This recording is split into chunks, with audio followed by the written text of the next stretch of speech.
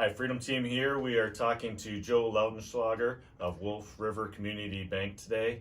What we wanted to pick Joe's brain about is, first I'd like to ask you, Joe, just what are you hearing as far as rates in 2022? Sure, Kyle. Well, thanks to the Freedom Team. Thank you guys for joining me here today. Rates have been the talk around it. It's always the talk around what we do, but we've seen some pretty interesting things here in the last couple of years. And, with that, we saw our rates drop to historically low levels.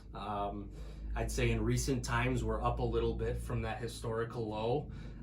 The short to mid-term thoughts at this point are steady increases based on some of the recent Fed meetings and things like that. But from a historical standpoint, they're still low to a point where, dollars still can be on sale. They're not as low as they've ever been, but there's still things out there and there's still projects available at good interest rates that you can get done.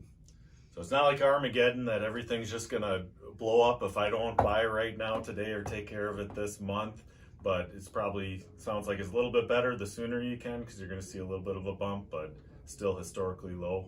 Yeah, and there's economists and things that are obviously taking a very close look at these types of things on the day-to-day, and you hear about some of the inflation or words you hear and things like that from time to time, but I don't see anything that would really drastically change what we're seeing. Obviously, they dropped pretty quickly when everything set in back in 2020, and steady increases is what I would venture to guess at this point in time. I don't see anything crazy just hopping up out of nowhere, so that's a good question though.